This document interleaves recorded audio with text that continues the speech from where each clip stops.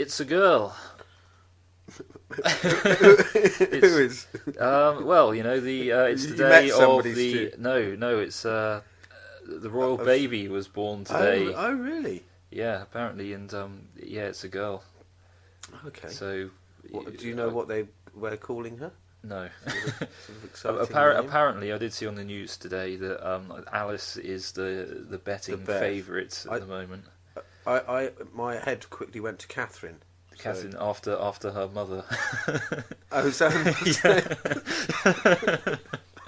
I'm not. It might be a bit American to have Catherine Jr.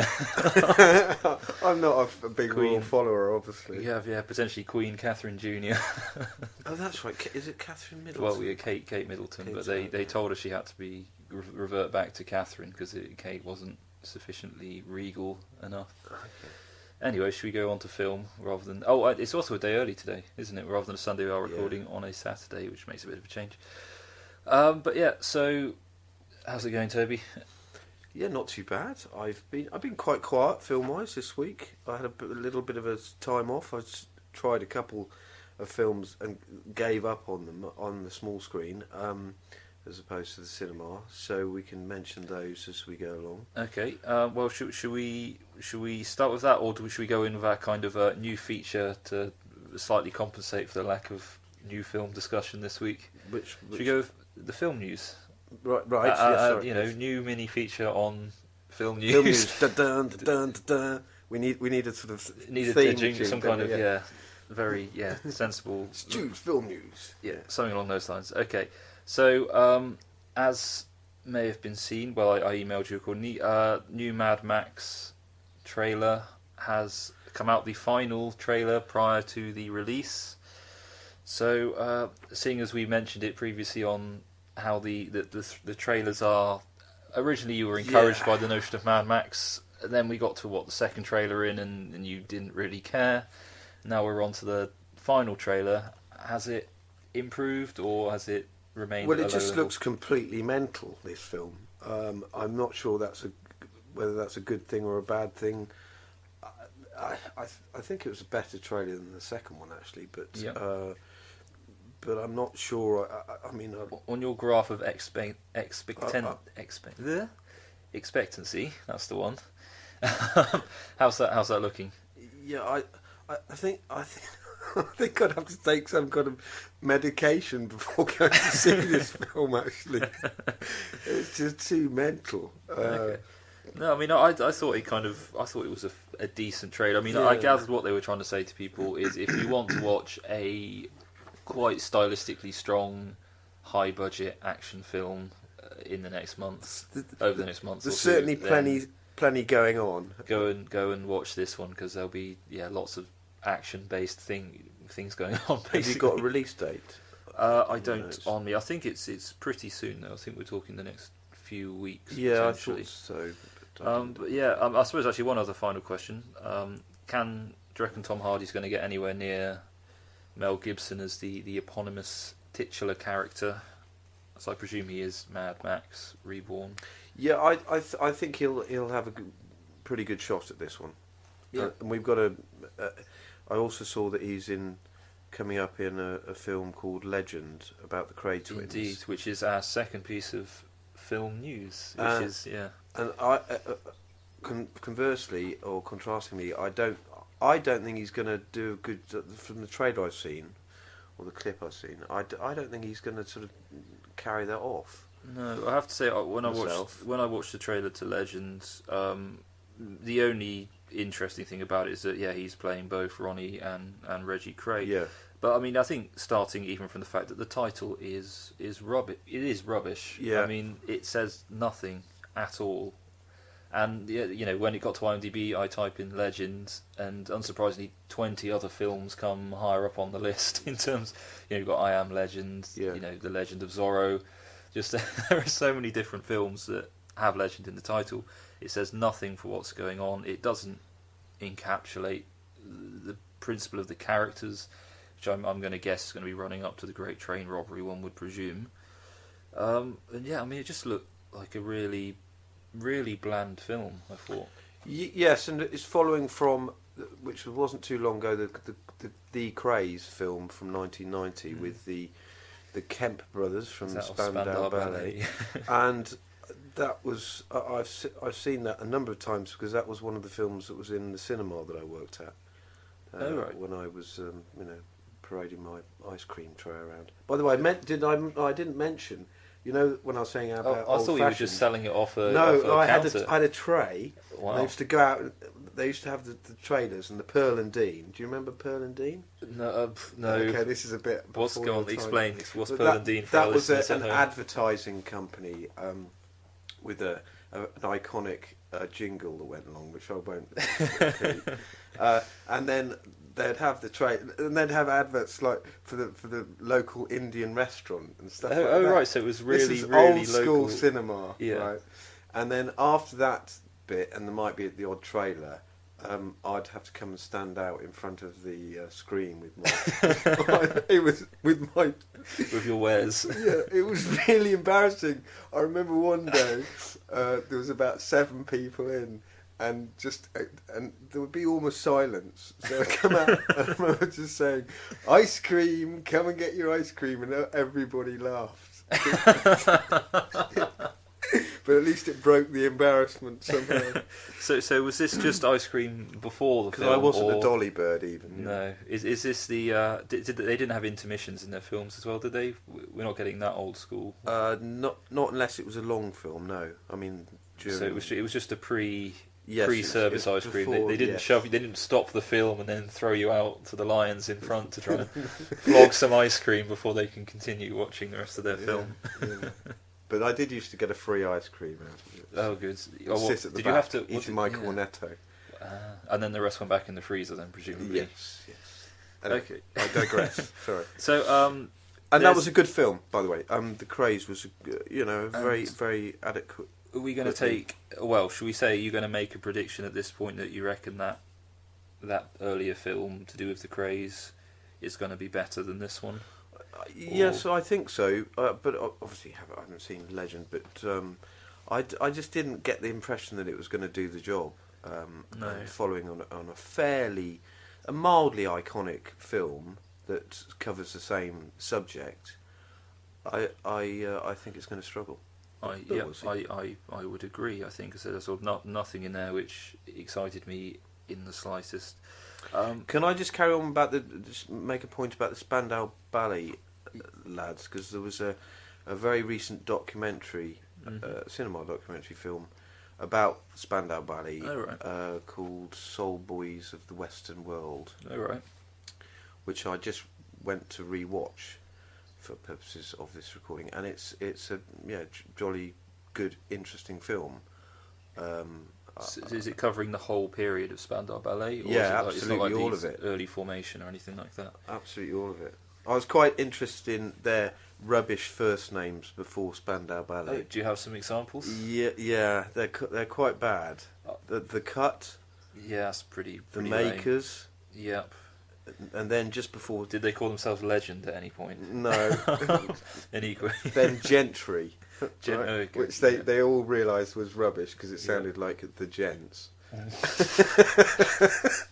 And then somebody, a friend of a friend or something, saw the words Spandau Ballet on a toilet wall, I think in France. Oh, right. And they thought, that's cool. He was straight on the phone. Yeah, that's cool. That will go with our jodhpurs and our neck scarves, and great. Lovely. Some nice tunes though. They weren't too bad. You'd have thought that's primarily obviously films such as that. The whole thing's a good opportunity to basically go through the back catalogue of a popular band from an era and, I presume, play all the classics. Yeah, they had a couple of corkers. Gold. And then they got to that classic stage of Gold and True and stuff, and then you have the story of Gary Kemp getting a bit egotistical. He looked like, I've got a feature of Knob of the Week. I think he's potentially up there. Okay. With do you want to do Knob of the Week now before we do the new film, seeing as you've alluded to it? A close call. Do you have a jingle for this one, actually? Before we need a jingle. Just imagine a jingle. Knob of the Week. Right. It needs to be better than that. So Robert Downey Jr. after a couple of interviews I've seen of him, but then like say Gary Kemp looked like something of a sort of knob of the week of the past. Yes, yeah, previous winner. Right, okay, right. Off of music and away from that. They did make up at least, so yeah. Okay. Anyway. So yeah, from what I gathered, did you basically try and watch one new film this week and didn't get very far? Yeah, The Forger. It's John Travolta. John, yeah, I mean, like I said, I was having a little bit of a week off, but this looked quite interesting, and I liked the story. But I just very quickly tired of his silly little beard that he had. There's something about silly little beards that get on my nerves. Yeah, I think, did he have a silly little beard in Swordfish as well? That you rings have to a remember, bell. with I'm Halle not Berry, sure the computer hack. You might have had a bit of a seen Superfly Swordfish. going on in that one. Had Vinnie Jones doing his usual Vinnie Jones kind of shtick. No? Yeah, I can't remember that Okay. film. Well, I remember the name, obviously. We'll move over that, but it was yeah. fairly good. That Not amazing. sounds. Yes, he thought that would be an interesting add to his character. Was it the case that doesn't work. yeah? So was it the case that The Forger just wasn't a good film? Was it the case that you just really disliked John Travolta's beard? It was mainly the beard, but it obviously didn't capture me in the first quarter of an hour, Yeah. and then I just switched off basically. Okay, so if you can get basically, so I suppose if anyone's thinking of watching it, have a look at what John Travolta looks like in the film. If you don't mind the look of his beard, then it could be worth a watch. We're talking like minuscule little beard. What was it, like a little pointy one? Yeah, a sort little of. pointy bit, just right at the bottom of the chin, and you just want to shave it off. Was it part? Did Made me feel it quite aid neurotic. his character? Did you feel it was part of the character development? Was that beard? You know, like Poirot wouldn't be Poirot without his moustache. Would John Travolta be his character without a silly just little looked beard? like a prat, but I suppose his character was supposed to be slightly prat-like. His dad didn't, played by Christopher Plummer. Christopher Plummer. I've got a question regarding Christopher Plummer later. He was annoying me because I just thought he's usually a good actor, but he was doing this sort of faux sweary Irish or Scottish character, and I didn't like that, and I didn't like the combination of him and Travolta. So. Okay, so anyway, hopefully next week we might have another new film that Toby gets past the first 15 minutes of. Anyway, I'm going to write now. I've got it in my hands because we were going to do it last week and we ran out of time. Yeah. My Bond quiz Right. of sorts. I haven't quite thought this through, so hopefully it's going to work. If it doesn't, we'll just do it once. Basically, I found on IMDb the other day when I was researching James Bond pieces, someone had created a whole page to do with Bond villains. Both what they were trying to do in the film, how they were thwarted in the film, and how they met their fate in the film they were in. Right, God. So, what I'm going to try you out on is basically you can go with 3 options. He's got a hell of a lot of notes, listeners. Yes, it's a full-on print-off. I'm trying to get. So basically, guess the Bond villain, Get a gun at them. and you can choose whether you want to go for the objective, how Bond thwarted, or their fate, and then from that try and guess. Oh God. So I've got one in front of me. So objective failed, or fate, or do you want to miss fate? Because that might be a bit too easy. Either the objective or the objective. Well, I'm fate. going to be pretty rubbish on this, I have to say. So but go on. Okay, what do you want? You can pick any one of those 3 categories, and then if you don't get it, I'll give you another category.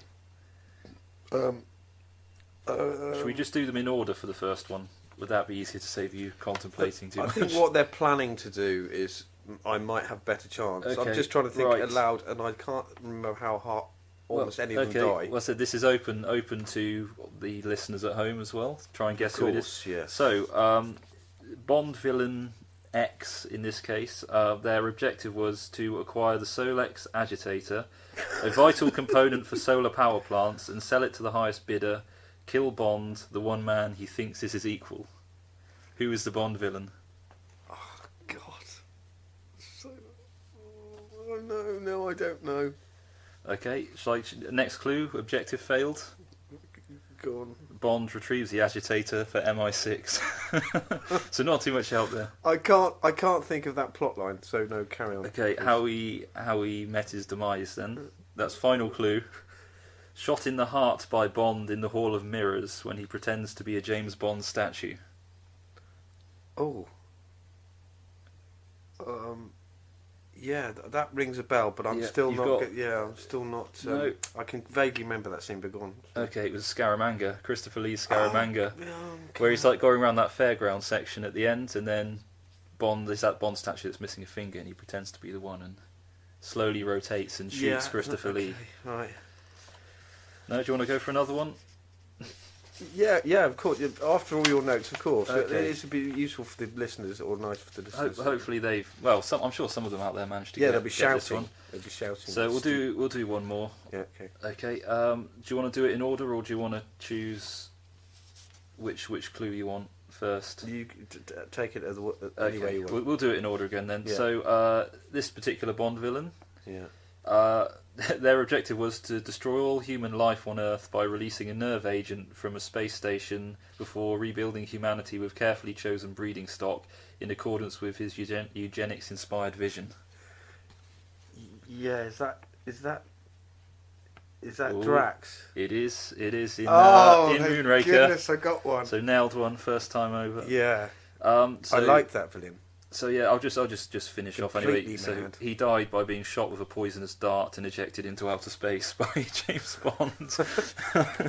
So anyway, that finishes the Bond villains feature. So there was an airlock involved. There wasn't. Of course, there's an. It's a space film. There's always an airlock involved. Actually, that's good. I'm glad you remembered that. So we're still running continuity here. Yeah, film in space. Enemy dies. Out airlock. Maybe try and write a film. Can I've got a trivia question. Can I ask you one? Is it Bond related? Yes, Bond related. Ooh, go on then. I went back to watch A View to a Kill because of this question. Yeah.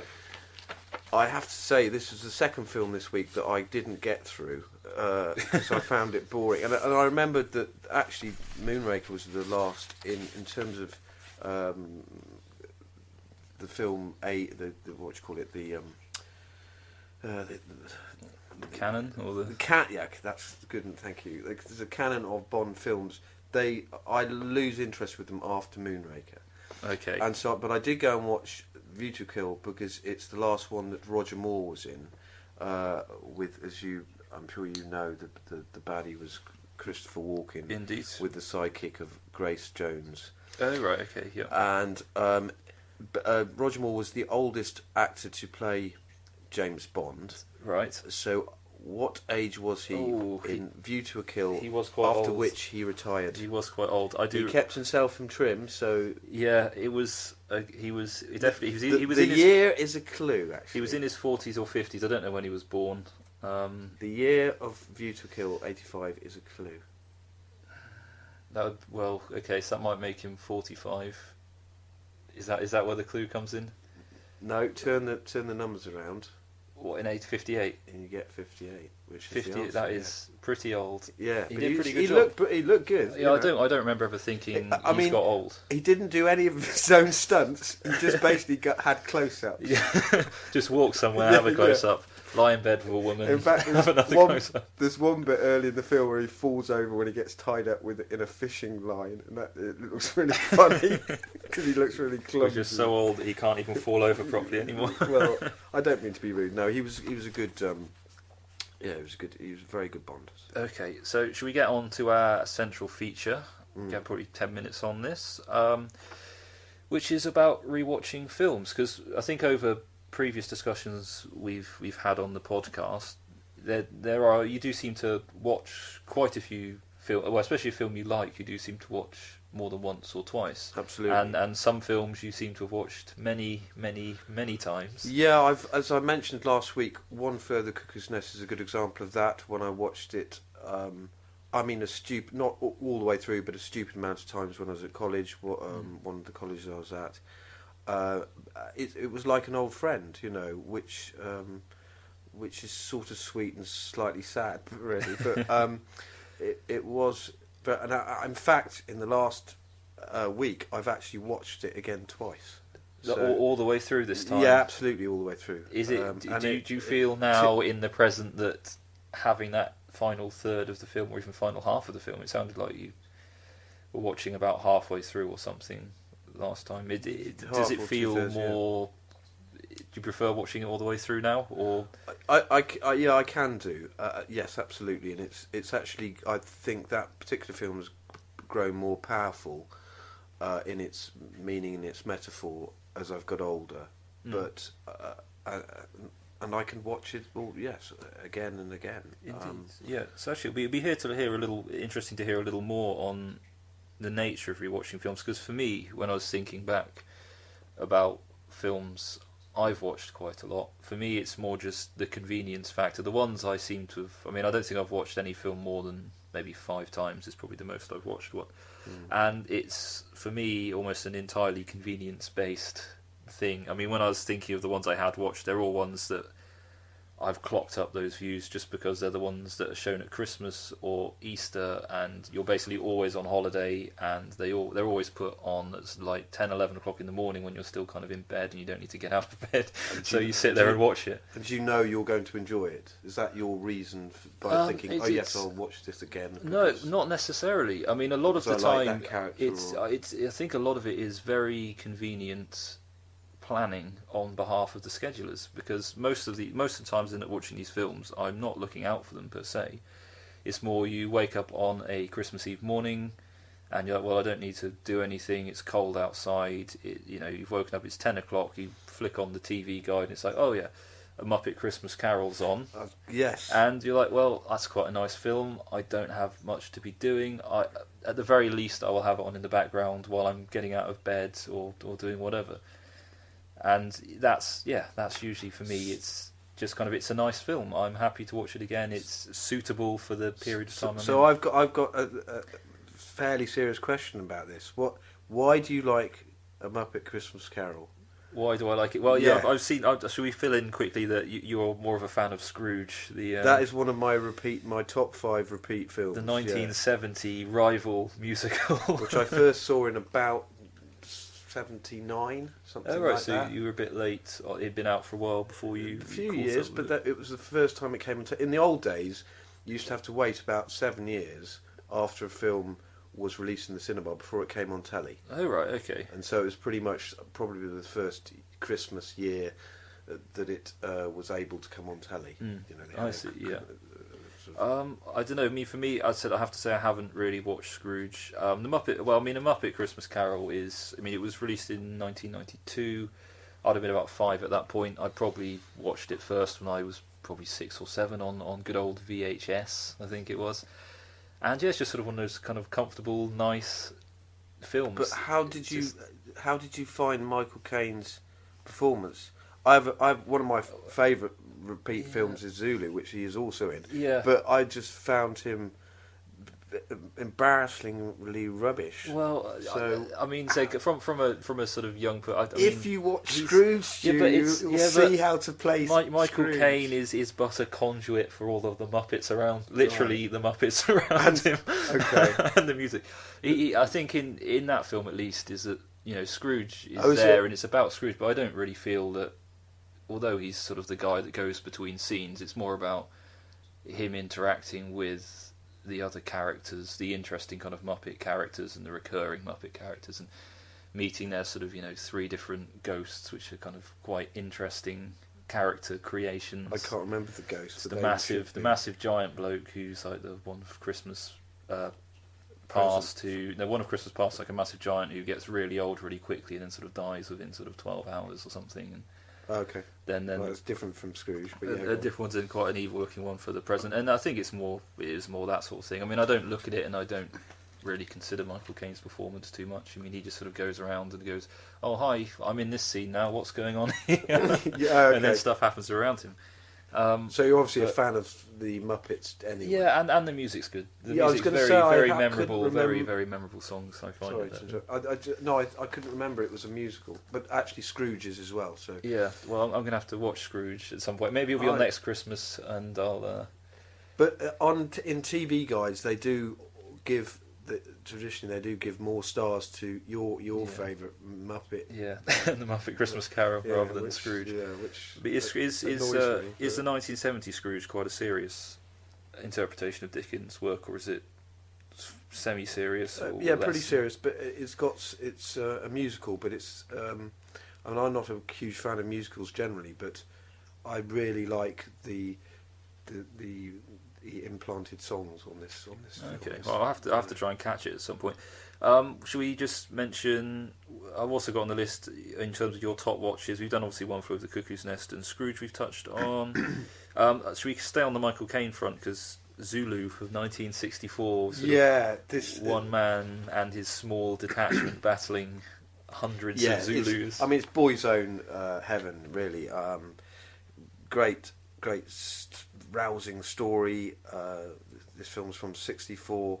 It was Michael Caine's breakthrough, and film where he's playing quite a posh sounding, accented character.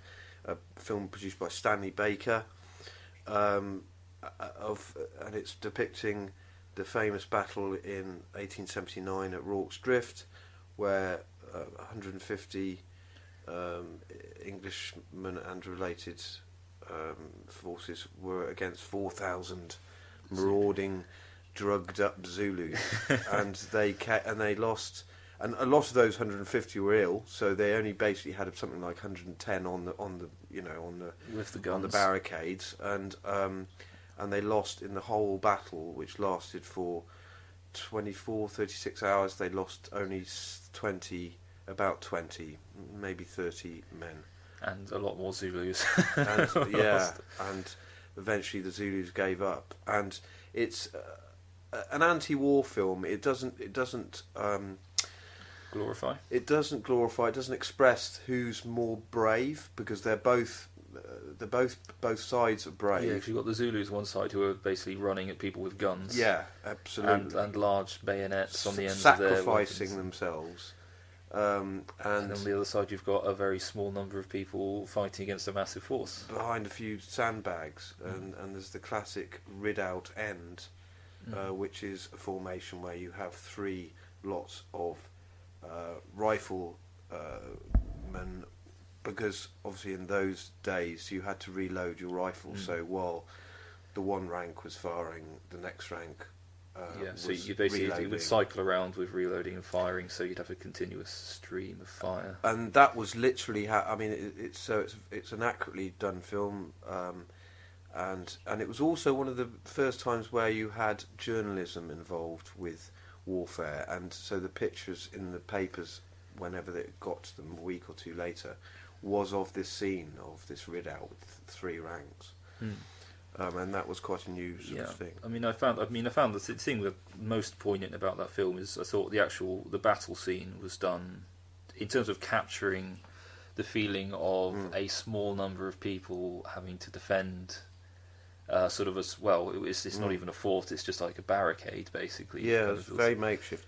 It's very, very powerful interpretation, and it did that really, really strongly. One of the ways that happened was when they went out to film, they had about something like 12 days where the weather was unusually rubbish, and they spent not sunny, and they spent all that time rehearsing the fight scenes, and these were using real guns, real bayonets and stuff, so they had to be really careful, and so within that 12 days they got really well rehearsed at the battle scenes. The also other little fact that's nice to know is that all the Zulus, they only had about 400 to play. They just kept cycling them around. Yeah, they only had about 400, and none of these Zulus had seen film before, so they didn't have any idea what it was, what their process was. So they just gone to like the local town or village and said, we'll give you a bit of money to come here and sort of run around these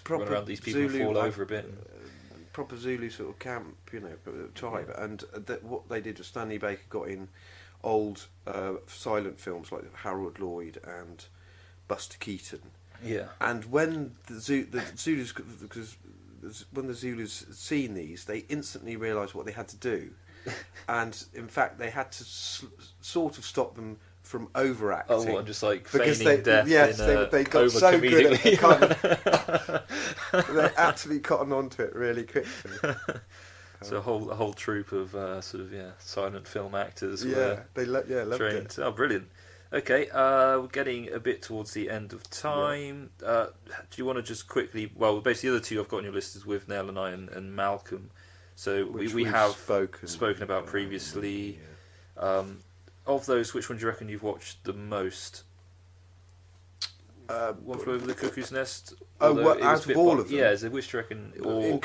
because of that college anecdote, yes, One Flew Over the Cuckoo's Nest. And like last week, actually to just compound that.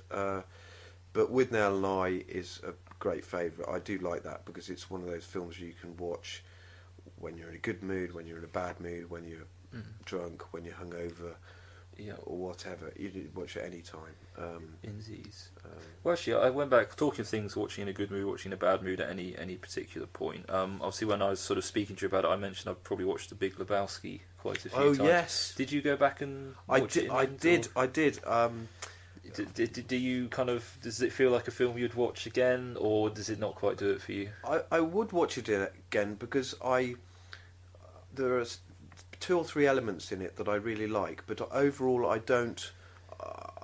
The whole concept doesn't really grab me. So I was be interested if we've got whatever few seconds to talk about. Well, I was just going to link it with Nell and I, because I think with The Big Lebowski, much like with Nell, I think it's just a highly quotable, lots of very memorable scenes and lots of little kind of quotable sections. And again, a bit like with Nell, I find there's always, every time you watch it, there's always something new. Or there's like a new angle, or there's a new angle to a joke that you found it funny in one way the first time you watched it, and then the next time you watch it, it's funny again, but it's funny in a slightly different way to last time. And I think that's, for me, that I think With Nell is the superior film of the two, but I think The Big Lebowski kind of ticks many of the same boxes that With Nell and I does for me in terms of watchability. It's that quotability and memorable scenes. Well, the 2 elements for me that stand out and always did from the first time I watched it is the purple-clad Jesus bowler, who's just fantastic. Yeah. I was surprised. I went back to look at it on YouTube, and quite a few years ago, I think, remembering it being really good and being surprised at how short his scene is. It's all of it's very 15 impactful. Seconds. He just walks on, delivers pretty much the his way one line. Dances. And it's slightly. I think they slow mo it down as well. And then the other element is the White Russians. Yeah, lots of White Russian drinking, and generally, the dude being. Indeed, it's good. Jeff Bridges is a good character. Which I think the argument was because obviously Jeff Bridges did win the Oscar for Best Actor a few years later after that. Yeah, for the one where he's the cowboy singer. Yeah, I can't remember. I don't remember off the top of my head. I didn't think the film was good. I think it felt like it was one of those sort of it's his time type moments, because he had been in, along with The Big Lebowski, in years running up to that, been in some very successful films. And so I think his role as a dude in The Big Lebowski is a very good performance, but it was in a comedy, and comedies never win the top Oscars. So pretty much get close to finishing. My Christopher Plummer related quiz question. Oh yes. This slightly links into. I have a better quiz question, but seeing as you've mentioned Christopher Plummer, I'll ask the first one I was coming up with before I then developed it into a better one. Ask us both. It's essentially the same question, but the first one is: I was looking on IMDb. It started off by looking at Christopher Lee and me going, that guy's been in a lot of films. I can't remember how many credits he's got in total. It was well over the 200 mark. And so I thought I'd give you a list of actors and basically ask you, according to IMDb, who has the most acting credits. So of that, and this includes voiceovers and TV series. So choices are Christopher Plummer, John Wayne, Donald Sutherland, or Mickey Rooney. Of those 4, who has the most acting credits according to IMDb? Because of his age, I'm going to guess Mickey Rooney, because he died quite recently, and he was pretty old. Yeah, you've nailed it. That is bang on, and he's miles ahead of all the other ones. Plummer's 203 credits. John Wayne, I was actually surprised, quite high, 181 credits he had, which is a lot higher than I was expecting. Donald Sutherland 178 credits, and Mickey Rooney 339 Good acting Lord. credits. Just for reference, when I did look down the list, because I was thinking of just like picking the top ones, it turns out all of the top ones are essentially porn stars, basically. Which give a quick notion to Ron Jeremy, who has 1,404 and counting acting credits. But this brings me on to actually the serious and what's the really good question, which is it's a choice of two. Okay. It's another most acting credits role question. Who has the most credits, Judi Dench or Helen Mirren? Oh, that's a teaser. It is. Well, I got a 50-50 chance, haven't I? Yeah, but what's the give us the rationale before you. Yeah. What are you reckoning? Is this all to do with cinema or to do with theatre as well? No, it won't be theatre. It's IMDb's, so it will basically be film appearances, TV appearances, and voiceover work in films, essentially. Judi Dench. You reckon Dench? Let me just open my notes back up.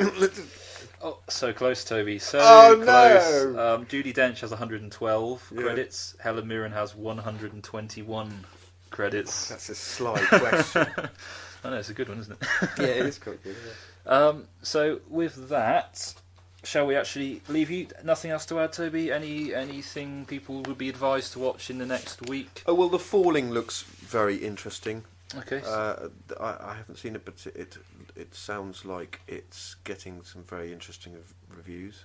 Okay. And it's British, which is a nice reason to support it. If you're British, should we stick a little bit in it in our film review intro next week? Whether it's either, if you haven't watched it, just stick it in our film news. Maybe you should catch a trailer of it or something and pass it on to the listener. Yeah, I may well try and catch it. It does sound a little bit odd, and like some people might not like it, and a bit maybe over theatrical. Okay, and of the